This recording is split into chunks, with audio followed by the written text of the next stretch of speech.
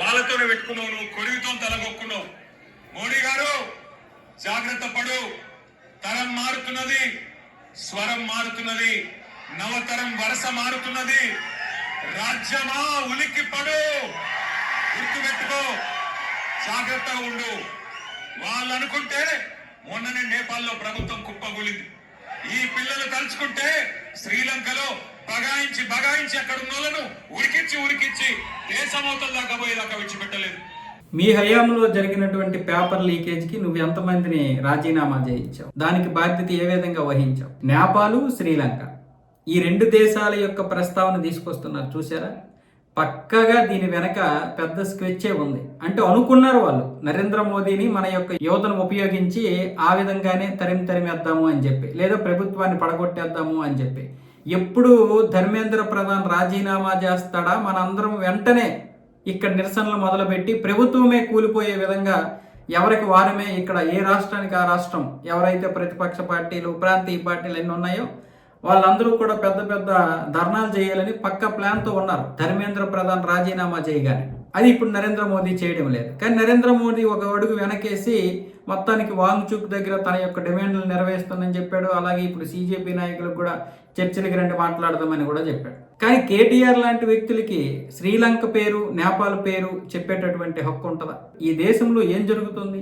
ఈ దేశం ఎలాంటిది? నువ్వు చెప్పినటువంటి నేపాల్ తెలంగాణ అంత ఉందా? నువ్వు చెప్పినటువంటి శ్రీలంక తెలంగాణ అంత ఉందా? ఇంత పెద్ద దేశాన్ని కబలించేస్తారా? కబలించి ప్రభుత్వాన్ని పడగొట్టి ఏం చేద్దామని దేశాన్ని?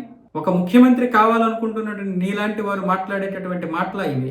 ఒక పార్టీని నడిపిస్తున్నటువంటి వారు మాట్లాడేటటువంటి మాటలా ఇవి? ఒకవేళ ఇప్పుడున్నటువంటి కేంద్ర ప్రభుత్వం పడిపోతే దేశంలో జరిగేటటువంటి అరాచకాలు ఎలాగుంటాయో తెలుసా? తట్టుకోగలరా మీరు?